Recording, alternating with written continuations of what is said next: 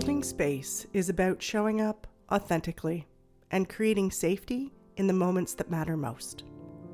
From parenting littles to navigating friendships and partnerships, I reframe tantrums, conflicts, and messy feelings as invitations to connection. I'm Julia Clark, a psychotherapist and play therapist with over 30 years of experience walking alongside children, families, and the people who care for them. Each episode explores the building blocks of emotional literacy, co-regulation, and boundaries, while honoring the intergenerational stories we carry within. Blending science with lived wisdom, I believe growth is playful, healing is possible, and we are all learning together. Hi, I'm Julia, and together we're holding space. Today, I want to talk about something that so many couples, parents, and families experience, but rarely understand in the moment. That quiet withdrawal, that blank stare during an argument, or that moment when your partner shuts down, stops talking, and you feel completely alone. It's easy to think they don't care. But often, what looks like disinterest is actually a stress response. The body keeps the score, literally. Dr. Bessel van der Kolk, trauma researcher and author of The Body Keeps the Score, reminds us that the body stores experiences of threat. Even long after the danger is gone, the nervous system remembers. When the brain perceives threat, whether it's a raised voice, a sharp tone, or emotional intensity, the body doesn't distinguish between physical danger and relational danger. And when the nervous system decides it can't fight or flee, it does the only thing left. It freezes. That freeze looks like withdrawal, silence, emotional numbness, or I just need space. It's the dorsal vagal state in Polyvagal Theory, the body conserving energy to stay safe. It's not rejection, it's protection. A woman I worked with once said, "Every time we argue, he just shuts down. It's like talking to a wall. I end up yelling just to get something back." When we talked with her partner later, he said quietly, "I'm not trying to ignore her. I just freeze. My mind goes blank. I can't get words out." Two nervous systems, both in survival mode. Hers in fight, his in freeze. Both are longing for connection. Both are missing each other completely. Understanding this is the turning point, because it shifts us from blame to biology. What's happening in the nervous system? Let's break it down. When we sense threat, the autonomic nervous system activates one of three main pathways. Ventral vagal, that's safety and connection, where we engage, listen, empathize, and connect. Next is the sympathetic, the fight or flight. Here we get defensive, argue, raise our voice, or storm off. Finally, there's dorsal vagal, that freeze or shutdown. Here we go numb, withdraw, or collapse inwards. For many people, especially those with trauma histories, shutdown becomes a default response when conflict feels overwhelming. It's the nervous system saying, "This is too much. I need to disappear to survive." If you'd like a deeper understanding of these three states, how they show up in daily life, and how we can begin to shift between them, I talked about this more back in episode 27, where we explored the work of Dr. Stephen Porges and the Safe and Sound Protocol. That episode dives into how these states shape our patterns of connection and how the nervous system can gently repattern itself to help us return to safety more easily. Why this matters in relationships. When one partner shuts down, the other often escalates. The silence feels like rejection, and we try harder to be heard, sometimes louder, sometimes sharper. But what's really happening is mismatched states. One nervous system is activated, fight or flight, while the other is shut down, freeze. Neither is available for connection until regulation returns. Repair begins when one person, ideally the one with more capacity in the moment, can pause, breathe, and stay grounded long enough to reintroduce safety into the space and the relationship. What this looks like in real life. With a partner, you're in the middle of an argument, your partner goes quiet, looks away, and seems distant. You feel abandoned. Instead of pushing harder, try pausing and saying gently, "I can see you've gone quiet. Are you feeling overwhelmed?" Then take a breath together. You're shifting the moment from confrontation to curiosity, from "why won't you talk to me?" to "your body's asking for safety right now." With a child, you ask your child a question after they've made a mistake, and they just stare at you, frozen. You might feel ignored, but their body is in a dorsal vagal state. You can say softly, "It looks like you're stuck right now.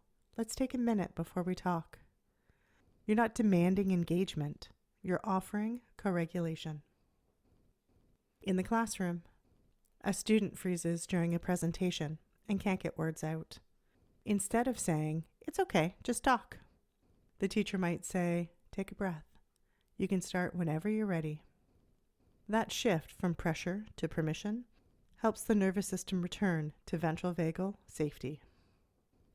In the playroom, a child who was once expressive suddenly goes quiet mid-play. I soften my tone and slow my movements. Something changed in your body just now. I'm right here. Then I wait. I don't fill the silence or interpret. Often, that quiet witnessing helps the child's body find its way back towards connection. In that moment, repair is nonverbal. It's attunement. The myth of disinterest. It's easy to misread shutdown as coldness, but Kolk reminds us, traumatized people chronically feel unsafe in their bodies. When someone shuts down, they're not refusing to connect. They're unable to connect until their body feels safe again. That's why pushing, demanding, or reasoning in that moment rarely helps. Safety first, conversation later. The real work is learning to recognize the state beneath the behavior. Because once we see the body story, compassion comes more easily. How to co-regulate through shutdown. Here's a rhythm to practice. It's simple but powerful. 1. Notice the signs. Eyes glazed over. Body slumps. Tone goes flat. Name it silently. They're not checked out. They're checked in to survival. 2. Soften your tone and body. Lower your own voice. Breathe slower. Uncross your arms. Your nervous system becomes the invitation back to safety. 3. Offer permission, not pressure. Say things like, "It's okay to take a minute. We can come back to this later. I'm here when you're ready." 4. Regulate yourself first. Your calm body is their roadmap back. You can't pull someone out of shutdown, but you can wait with them until their body is ready to return. A real example of repair. One couple I worked with had the same reoccurring fight. She'd say, "You never talk to me," and he'd go quiet, feeling helpless. She'd yell louder, he'd retreat further. We practiced a simple invitation. When he felt that shutdown coming, he'd put his hand on his chest, a silent signal that he was overloaded. Instead of chasing him, she learned to say, "Okay, let's take 5 minutes and breathe." Over time, these moments that used to spiral into hours of silence became 5-minute pauses, followed by repair. He felt safer, she felt seen, and the cycle softened. That's the nervous system learning new choreography through safety, not shame. Connecting back to the larger arc. What we're learning here applies to every relationship. Whether it's a child's meltdown or a partner's withdrawal, the underlying question is the same. Am I safe enough to stay connected while I feel this? When we can hold steady through another person's shutdown without interpreting it as rejection, we become the regulating force in the room, and that changes everything. Take a deep breath with me. Inhale. Exhale. Think about a time someone withdrew from you. Maybe your child, your partner, a friend. Notice what happened in your body. Did you lean in harder? Did you pull away? Did you take it personally? Now imagine responding differently. You slow your breath. You soften your eyes. You whisper, "It's okay. I'm here." That's what regulation looks like in real life. Not fixing, not forcing, just being safe enough for connection to return.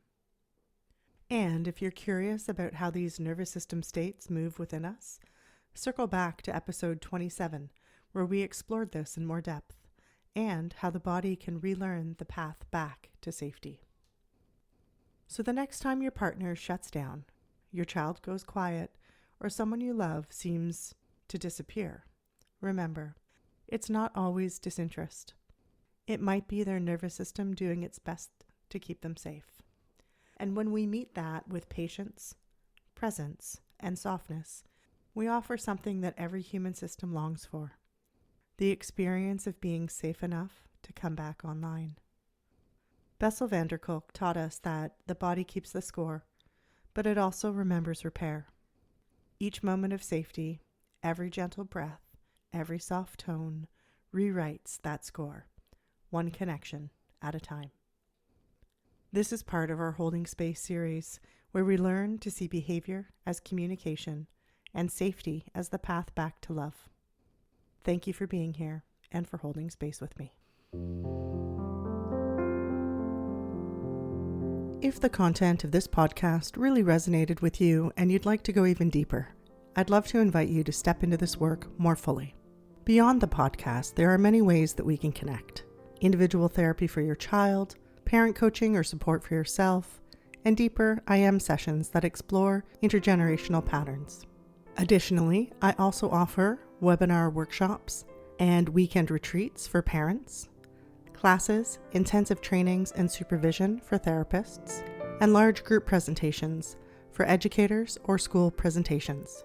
Each are designed to help us hold space for the next generation of children in safe, attuned, and meaningful ways.